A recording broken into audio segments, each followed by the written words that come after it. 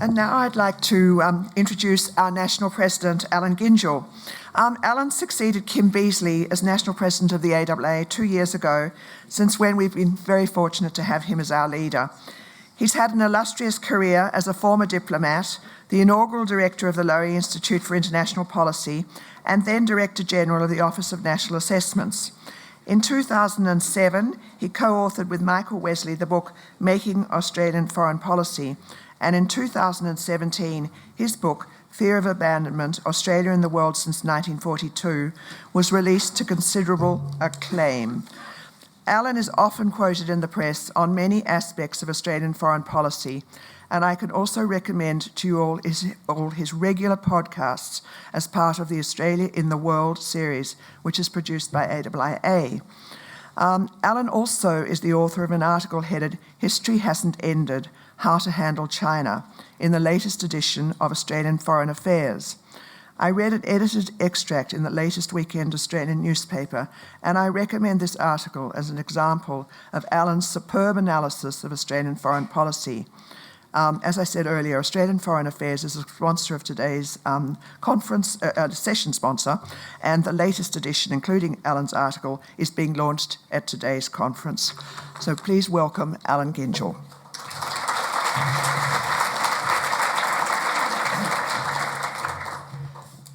Thank you very much, Zara. Look, it's an enormous privilege to be speaking at the AIIA National Conference after Minister Hawke and Senator Wong, and as National President of the organisation, I do add my thanks to them both for joining us here.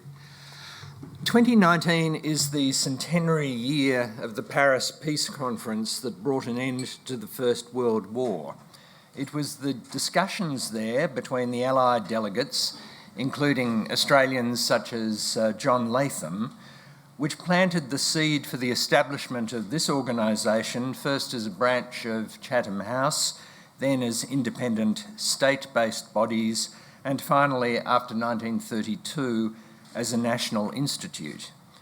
As Lionel Curtis, the British official who led those conversations in Paris, wrote later, I'm quoting him here, "It was soon apparent that the issues of the peace conference would be settled less by the views of the statesmen assembled at Paris than by public opinion in the countries from which they came.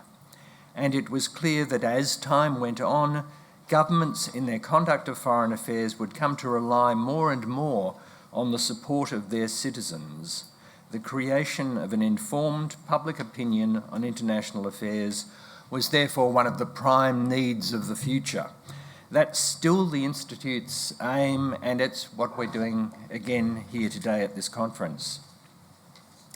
Now, we've already heard important presentations on some of the international challenges facing Australia, and many more are to come over the course of the day. So I wanted to spend my time looking at a more basic and practical question. As Zara said, with my colleague Darren Lim from the ANU School of Politics and International Relations here with us today, I co-host a regular podcast for the AIIA called Australia in the World.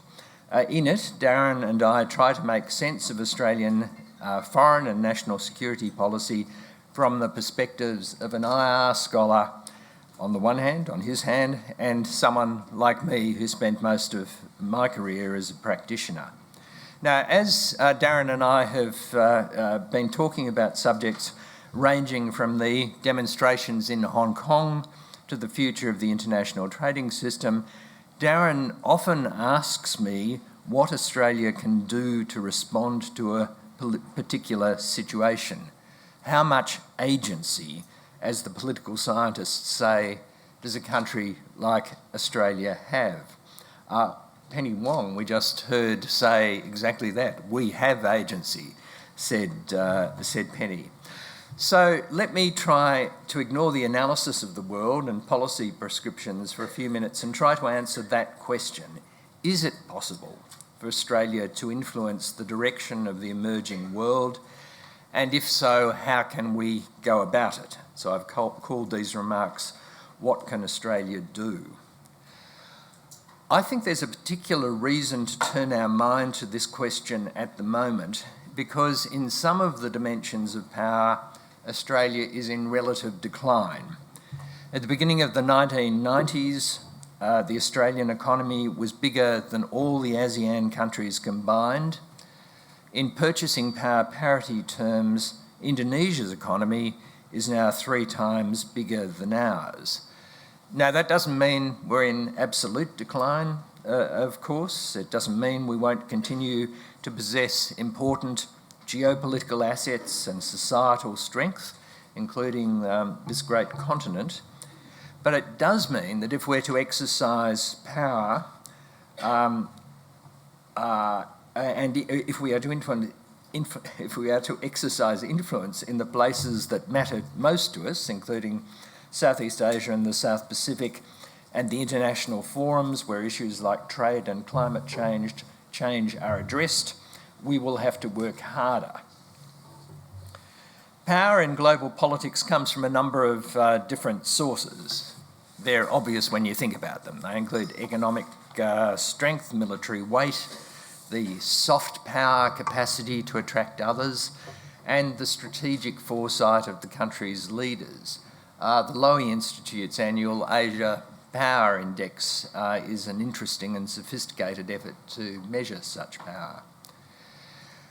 States can exert influence in the outside world in 3 broad ways. They can do it through inducement, through coercion, or persuasion. Now, of those 3 dimensions of influence, 2 of them, inducement and coercion, are largely beyond Australia's reach.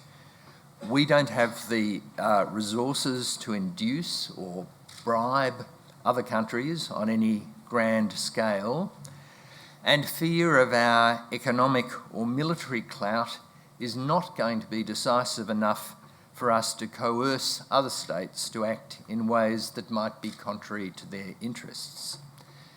You can hear from time to time a spurious debate about whether Australia is a middle power. How can Australia be a middle power, some people ask, when there are 195 countries in the world and Australia's the 14th largest economy? This sort of name game is really irrelevant. It doesn't much matter how we describe ourselves. All we need to know is that Australia is not a great power. Not even our closest neighbours will do what we want because we can force them. Nevertheless, we have enough diplomatic heft and military power to exert influence. And that matters because the structure of our economy and society will always give Australia a real interest in global issues well outside this region.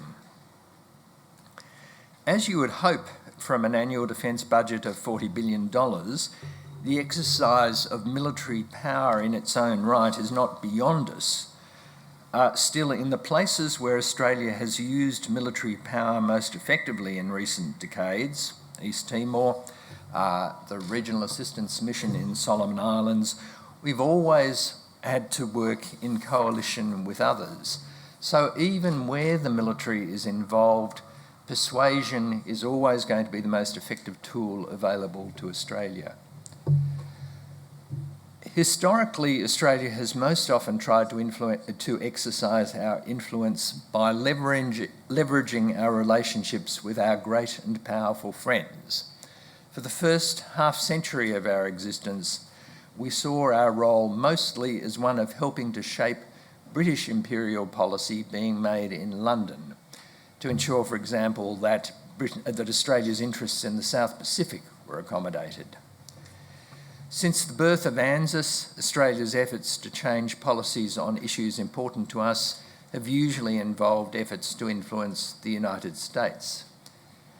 There's always a premium to be paid for such influence. We saw that recently in our commitments to Afghanistan and Iraq, each of them undertaken largely for alliance management reasons. You can probably put Australia's modest recent contribution to the maritime security construct in the Straits of Hormuz in the same category. But this way of exercising power, that is working through the United States is getting harder. There are two reasons for this, or three, if you think the unpredictable Donald Trump is likely to be returned to office. The first is that the easy alignment of Australian and American economic interests over the past 40 years has ended. Australia's leaders still publicly support an open rules-based international trading system. The current US administration does not. US economic complementarity with China ended around the time of the global financial crisis. Australia's did not. China is overwhelmingly our largest trading partner. The second reason it's going to get harder is that America is simply less engaged with the international system and multilateral institutions as a whole. When President Trump told the United Nations a couple of years ago that he rejected the ideology of globalism in favour of the ideology of patriotism, we knew we were operating in a very different world from any Australia has known before. And Trump's not alone, of course.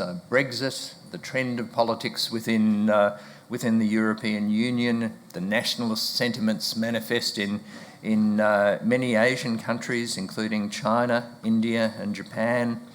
Even the PM's remarks in his Lowy lecture a couple of weeks ago all underline that a Westphalian world of sovereign nation states is re-emerging to replace the aspirations for collective security through deeper integration and multilateral engagement that marked the post-Second World War world.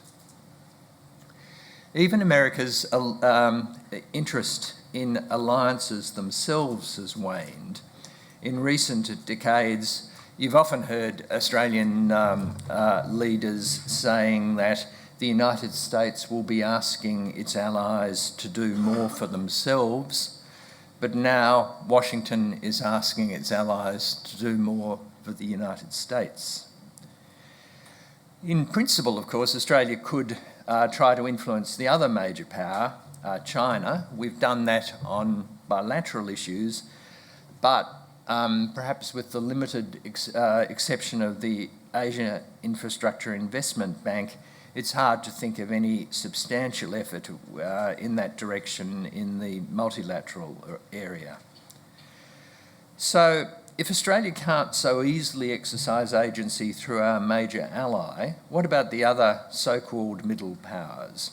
What opportunities do we have to combine our influence and weight in pursuit of common international objectives? Coalition building of this sort is a popular idea that features in the Foreign Policy White Paper and many speeches by our leaders. We've heard it already again this morning.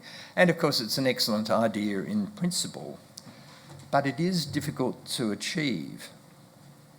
Identifying common interests is reasonably easy, but translating them into targeted issue-specific projects is much harder.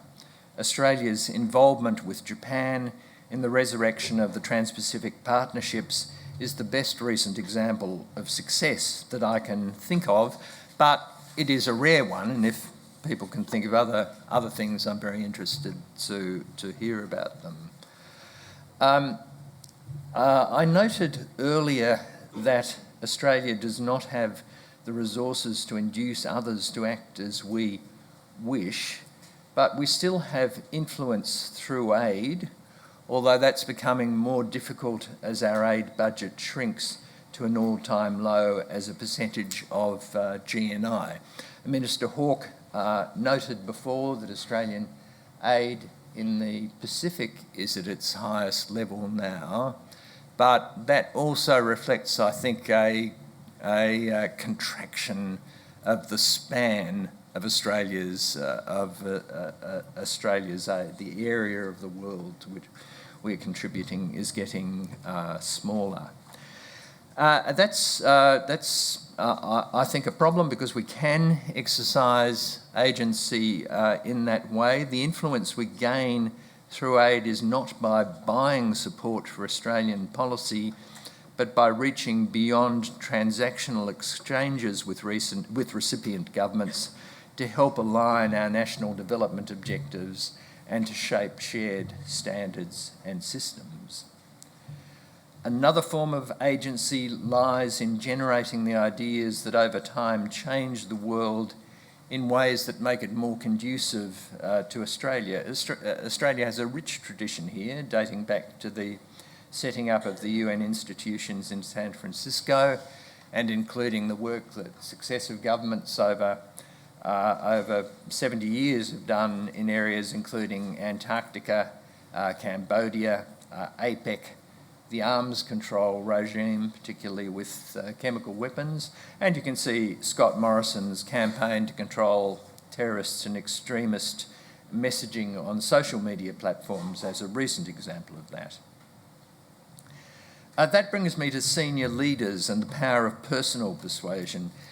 International relations theorists find it uncomfortable to incorporate this form of human agency, but practitioners are all too conscious of its importance. Looking back through Australia's foreign policy history, you can see the differences that relationships like Bob Hawke's with Rajiv Gandhi, or Paul Keating's with President Suharto, Gareth Evans with Ali Alatas, or John Howard's with George W. Bush meant. But the relationship used in that way does have to be directed to broader national purpose and objectives rather than simply pursuing a potential political opponent, as we're seeing in Washington at the moment. The concept of soft power, the power of attraction, is another dimension of persuasion and therefore agency. We often claim that Australia's soft power attributes, which are those which make this country a great place to live in, including our old and effective diplomacy, our successful multicultural society, the richness of our natural endowment, and the sophistication of our economic, scientific and artistic achievements. So all these are undoubtedly attractive. It's certainly true from polling and data that other people find these things attractive. As an element of power, however, soft power is hard to measure. The Lowy Institute's Power Index ranks Australia 9th of 25 Asian powers in a category they call cultural influence, which has some areas of overlap with other definitions of soft power. But the operative word here is power. That is, how do we translate this attractiveness to others into foreign policy advantage? And that requires much more than simply sitting back and hoping that the things that outsiders like about Australia will seduce other states to act in ways that suit our interests. Soft power isn't power until it's been operationalised. The strategic and economic ecosystem that will be required to organise the international environment we're now in will be very different from the hub and spokes of the 20th century alliances and the broad multilateral institutions which sought to manage global politics and economics. We're going to need new arrangements, sometimes designed to cooperate, sometimes to compete.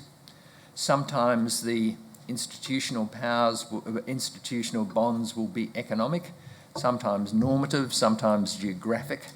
Sometimes the membership will be broad, sometimes narrow and tactical. In a world like this, it will be important for Australia to rediscover how to use the instruments of persuasion. That means investing in foreign policy and funding our diplomatic networks, our aid programs, our soft power outreach as effectively as we fund our military and security services.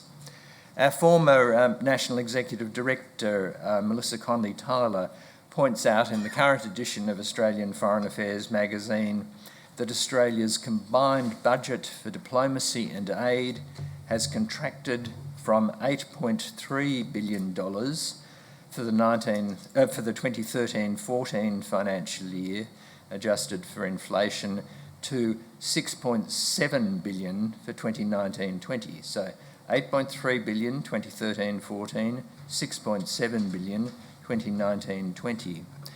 In 2017, Australia was ranked 20th of 29 among the developed countries in the OECD for its diplomatic resources. The costs of any investment in the instruments of persuasion will be far less than those of submarines or joint strike fighters, important though these certainly are, and they can be of much more immediate use. The idea of persuasion has to come together at the centre of government, and in my view, we're not doing that well at the moment. Our formal processes dealing with international policy are centred around the National Security Committee of Cabinet. Although the NSC includes the Treasurer as a member, it's not structured to consider the interaction of economic and diplomatic and defence and security issues. A broader international policy and national security committee would be a more effective way of achieving our aims. The modest claims of foreign policy are not to any final truths.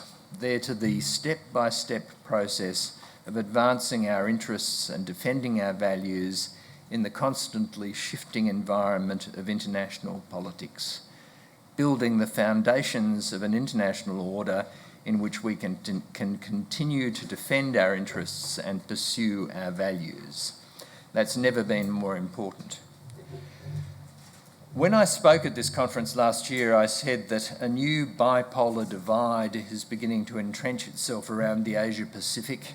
Established lines of connection in areas ranging from trade and technology to student and research exchanges are being tested. I talked about the difficulties this would generate for Australia. Over the past 12 months, that process of decoupling has gathered speed. The trade dispute between Washington and Beijing intensified, despite the sort of recent words that Zara mentioned earlier.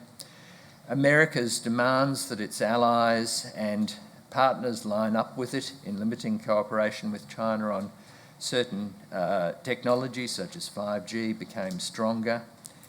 And this issue of competition with China seems to be the only thing these days that can bring a divided American polity together.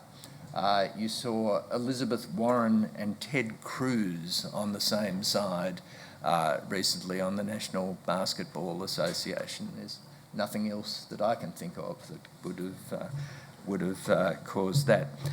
Now, I want to end with a provocation. At least it's a provocation to me because I haven't decided myself what the answer is.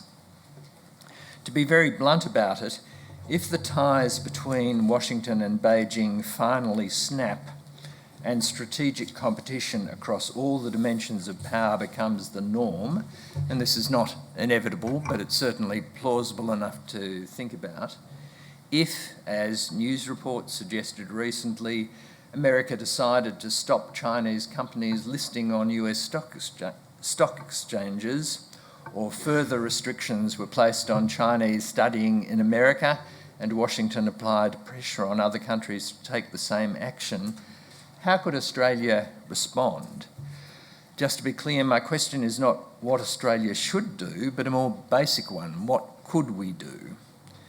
Given history, values, the large gap in comprehensive power between China and the United States, and the extent to which the alliance is embedded in the very structure of our defence and security agencies, is there any option for Australia other than simply to throw in our lot with the United States, whatever the economic consequences for us or the implications for our other regional relationships?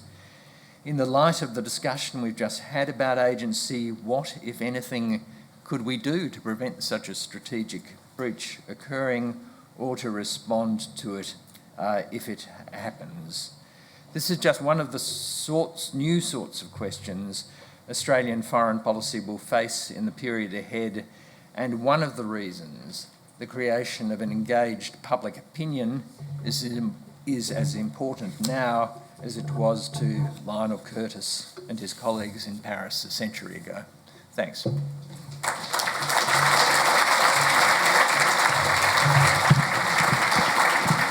I think Alan's left us with a very big question to think about. Now we will have time for some questions. I hope we might hear from some of the masterclass participants and the New Colombo Plan alumni in question time. So where are we going to start? Oh, Alan, you've told them everything. Stunned silence. All right, and I am aware. Right, there, and then Alison. So here first, please. Thank you very much. Thank you very much, Alan, for that presentation. My name's Francis Ventura. I'm a humble public high school teacher here in Canberra. I guess it's day one of school today, technically, so I can't help myself. If you were, I guess, looking from abroad into Australia, what mark would you give our current foreign policy as it currently stands? And of course, with a dedication to critical thinking and improvement, what suggestions for improvement would you provide for us? Thank you. Thank you. Well, can I begin by saying to you that I'm standing here because of a high school teacher from my own years, my history teacher in the latter years, as many people know, of my high school education, was a member of the AIIA and used to send me off as a naive young 16-year-old to sit in meetings of the institute in Melbourne, and it was what sort of got me started on my interest in foreign policy. How is Australia doing? Let's leave aside the sort of the particulars of the sort of Morrison government and the sort of things that Penny Wong was talking about, and take a step back. Not as well as we need to do would be my response. I think Australian foreign policy over the years that we've had one, which is since 1942 when we ratified the Statute of Westminster, has by and large been pretty good, but these were easy years. For the sort of 70 years after 1942, it was always blindingly obvious what Australia needed to do. At the end of the war, as Britain found itself no longer able to offer markets to Australian products, the emerging economies of Asia, first Japan, then Korea and China, opened up to us. So we knew where we had to go. As Britain withdrew its forces east of Suez, the United States stood ready to be our major security partner. Then after the reform period opened up in China,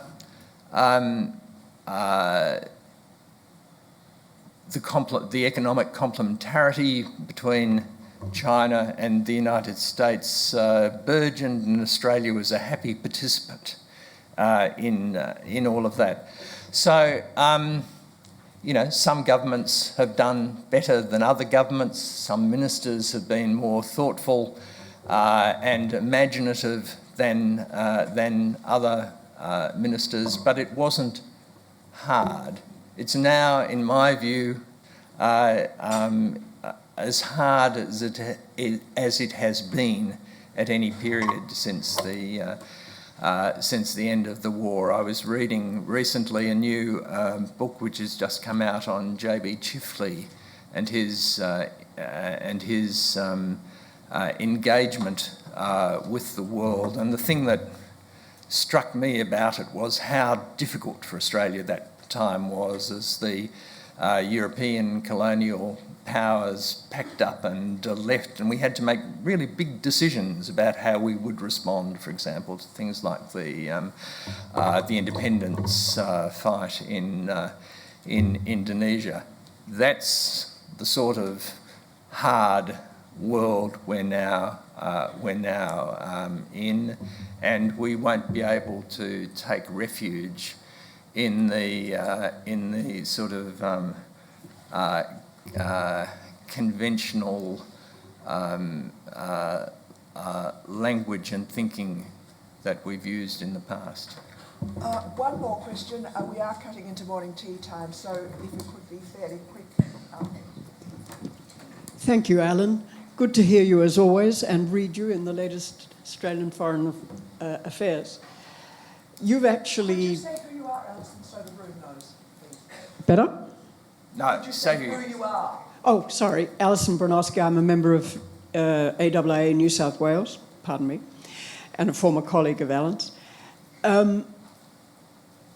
You've just led me to the options that you were just questioning and saying you yourself don't know what the answer is. But I suspect from your answer to the last question that you do, because you have said in the past we have had to face equally difficult questions, and this is another just such a time. And I think your answer is implicit. That is, that we can no longer go on believing in a falsehood, which is that our entire foreign policy and defence policy is based on the US alliance, because we know perfectly well that it is unreliable. It has never been reliable, and under present circumstances is less reliable than ever, even if the United States is not in decline, which some people argue it is. That being the case, the logical and so-called hard-headed response is to change our behaviour, and we are showing no sign of doing that. Neither of the minister nor the shadow minister that we heard from today shows any sign of that thinking at all, because they haven't the courage to go to the electorate and say the US alliance is unreliable. And that is the fact. So what do we do? The fact is that we do have to choose between the US and China, and what we should be doing is getting alongside as many of China's peaceful initiatives as we can, including the Belt and Road, including the Shanghai Consensus, including what it's doing with Eastern European countries, and we're not doing that. Do you agree? And that sets the tone for exactly the sort of debate that we need in the sessions to come. Zara is glaring at me, so I will end there. We can talk afterwards. If you are to say that, we need to make this profound change, then it is equally important that you say how then that happens, how you disentangle, what the consequences are, and that's where my uncertainties are very, very great. Thanks. Thank you, Alan, very much. Now, before we conclude this session, I would like to announce the winners of the 2019 Ewan Crone Asian Awareness Scholarships. In 2013, the late Ewan Crone, who was a member of the AIIA in Victoria, decided to establish a perpetual charitable endowment fund, giving grants of up to $5,000 to deepen young Australians' awareness of countries in Asia and issues associated with the region. It was a magnificent gesture in support of young members of the AIIA. So this year's winners are Ellen Brooks, who is a member of AIIA for Western Australia. She is undertaking a PhD on how non-governmental actors are involving in shaping security policy, either as influencers or providers of security. Her research will include semi-structured interviews in Osaka and Okinawa in Japan, and Seoul and Jeju Island in South Korea. The second winner is Cobra Maradi, who is a member of AIIA Victoria.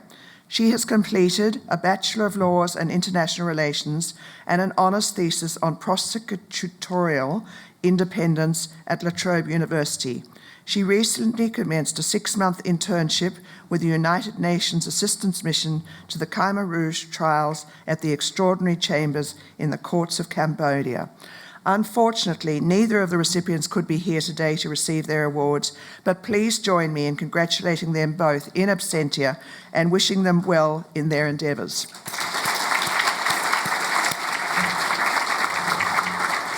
So before we close, I'd like to recommend our weekly Australian Outlook newsletter with links to all the latest articles which appear on our website, some of which will come from today's conference.